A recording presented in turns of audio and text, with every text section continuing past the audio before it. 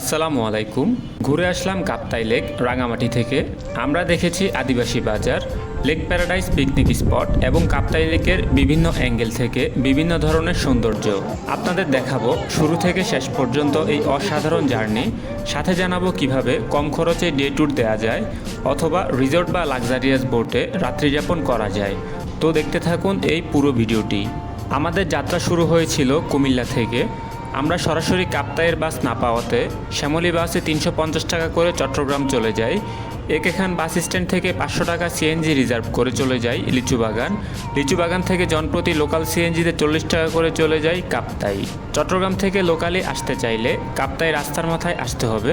তারপর সেখান থেকে লিচুবাগানের লোকাল সিএনজি পাওয়া যায়। লিচুবাগান থেকে একইভাবে কাপ্তাই যাওয়া যাবে। এছাড়া চট্টগ্রাম বহদ্দার হাট থেকে লিচুবাগানের বাস পাওয়া যায়, তবে বাস একটু বেশি সময় লাগিয়ে আসে। ঢাকা থেকে সরাসরি কাপ্তাইয়ের শ্যামলীসহ বেশ কিছু বাস রয়েছে, যেগুলোর ভাড়া 800 টাকা। আমরা দেখতে দেখতে চলে আসি কাপ্তাই লেকের এরিয়াতেই। এই কৃত্রিম লেক দক্ষিণ এশিয়ার মধ্যে আয়তনে সর্ববৃহৎ। এর আয়তন প্রায় 11,000 বর্গ কিলোমিটার। বিশাল এই লেকের আশেপাশে যেই এরিয়াতে যাওয়া হোক না কেন, লেকের সৌন্দর্য উপভোগ করা যায়। আঁকাবাঁকা পাহাড়ি রাস্তা এবং লেক দেখতে দেখতে আমরা চলে আসি কাপ্তাইতে। আসার পথে এখানে বেশ কয়েকটি পিকনিক স্পটও চোখে পড়ল। আমরা সকাল সকাল এসেছি। এখানে সকালে আদিবাসী বাজার বসে, তাই আমরা একটু আদিবাসী বাজার ঘুরে দেখব। এখানে কাঁচা বাজার এবং অন্যান্য সামগ্রীর পাশাপাশি রয়েছে আদিবাসীদের কিছু পছন্দের জিনিসও। আদিবাসীরা খুব শুটকি পছন্দ করে। বাজারে রয়েছে হরেক প্রজাতির শুটকি, কিছু কমন প্রজাতির এবং আনকমন শুটকিও রয়েছে এই বাজারে। এখানে বিক্রি হচ্ছে খুব বড় সাইজের মুরগিগুলো, তবে সেগুলো ক্রেতারা আস্ত সাইজের কিনে না, সেখানে কেটে অল্প পরিমাণে বিক্রি করা হয়। আদিবাসী পুরুষ এবং মহিলারা তামাক সেবন করেন। এখানে দেখা যাচ্ছে তামাক পাতা বিক্রি হচ্ছে এবং কিছু মহিলা ক্রেতা সেগুলো কিনছেন। কাপড়ের দোকানে বিক্রি হচ্ছে আদিবাসীদের বিভিন্ন ড্রেস।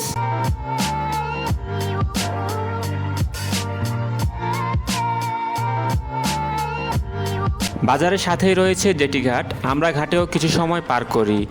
ঘাটে নৌকা করে বিভিন্ন এলাকা থেকে পণ্য সামগ্রী এনে বিক্রি করা হয়। ঘাটের অপর পাশে কিছু সুন্দর গ্রামও দেখা যাচ্ছে, যেগুলো মূলত আদিবাসী গ্রাম। পাহাড়িদের আরেক পছন্দের খাবার হলো নাপ্পি। শুনেছি ওনারা যে কোনো খাবারের সাথে নাকি নাপ্পি মিক্স করে খায়। এখানে নাপ্পি বিক্রি করা হচ্ছে।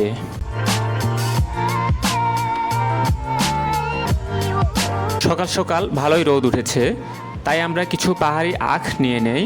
পাহাড়ি আখ খুবই মিষ্টি হয়। এই বাজারে ঢুকতেই চোখে পড়বে কর্ণফুলী পানি বিদ্যুৎ কেন্দ্র। মূলত এই বিদ্যুৎ কেন্দ্র তৈরির জন্যই কাপ্তাই কৃত্রিম হ্রদ খনন করা হয়।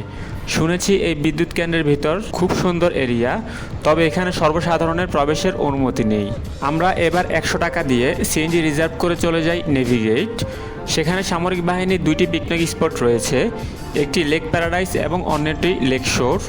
আমরা যাচ্ছি লেক প্যারাডাইসে। মনে রাখবেন, কাপ্তাই লেক পুরো এরিয়াটাই সামরিক বাহিনীর তত্ত্বাবধানে, তাই এখানে বেশ কয়েকটি চেকপোস্ট রয়েছে। আমরা চলে আসি লেক প্যারাডাইসে। এখানে এন্ট্রি ফি 20 টাকা এবং পার্কিং করার মতো গাড়ি থাকলে এক্সট্রা পার্কিং ফি দিতে হয়। এখানে ঢুকতেই রয়েছে একটি ম্যাপ, যেখানে পুরো এরিয়াটি দেখানো হয়েছে। ঢুকতে একপাশে রয়েছে বোট রাইড সহ আরও কিছু সুন্দর জায়গা। এখানে কিছু কটেজও রয়েছে, যেগুলোতে রাত্রিযাপন করা যায়। আমরা শুরুতে সোজা ভেতরের দিকটায় যাব এবং পরে এদিকে ঘুরে দেখব। এদিকে রয়েছে অনেক প্রজাতির পাহাড়ি ফল। পাহাড়ি ফলগুলো খুবই মিষ্টি এবং সুস্বাদু। এখানে রয়েছে পাকা পেঁপে, কাঁঠাল, আনারস, কাঁচা আম সহ আরও অনেক ফল।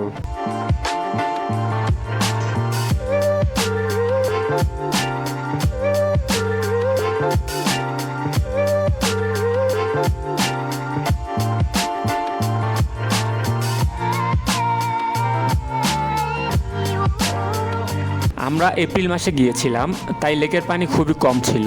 লেক প্যারাডাইস পিকনিক স্পটটিতে এক পাশ দিয়ে গিয়ে তারপর পাহাড় বেয়ে অপর পাশে উঠা যায়। লেকের মাঝে একটি ব্রিজ রয়েছে, সেটি দিয়ে আবার আগের জায়গায় আসা যায়।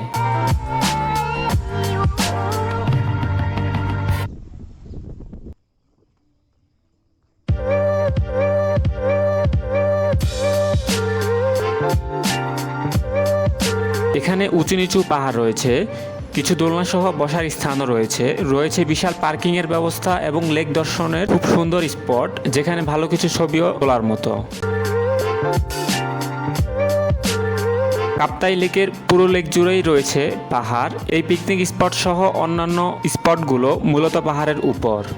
উঁচু নিচু পাহাড় খুব সুন্দর এবং হাঁটতেও দারুণ মজা লাগে।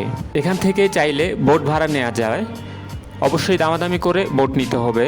বোটের সাইজ ভেদে 5 থেকে 6 ঘন্টার জন্য 1500 থেকে 3000 টাকাও নিতে পারে। কাপ্তাই লেকে বোট ভাড়া নিয়ে যেসব স্পট ঘুরে দেখা যায় সেগুলো হলো ঝুলন্ত ব্রিজ, শুভলং ঝর্ণা, বৌদ্ধ মন্দির সহ আরও কিছু স্পট। লেক প্যারাডাইস থেকে বোট ভাড়া না নিয়ে রাঙামাটি কিংবা অন্যান্য প্লেস থেকে নিয়েও এইসব প্লেস ভ্রমণ করা যায়। তবে বর্ষার সিজনে ঝর্ণার ভালো পানি পাওয়া যায়। এছাড়া শীতে বা শীতের পরে ঝর্ণা এবং লেকে পানি কম থাকে।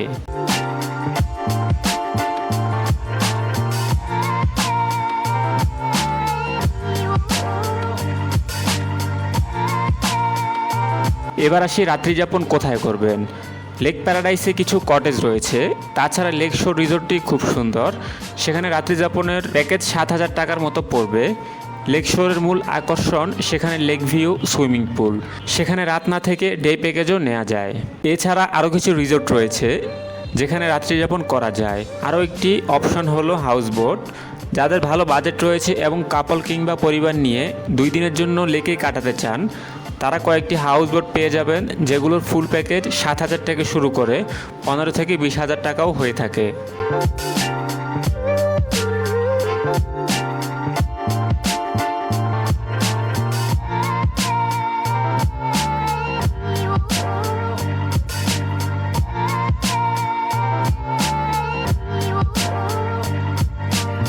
সন্ধ্যা নেমে যাচ্ছে, তাই আমাদের ফেরার পালা।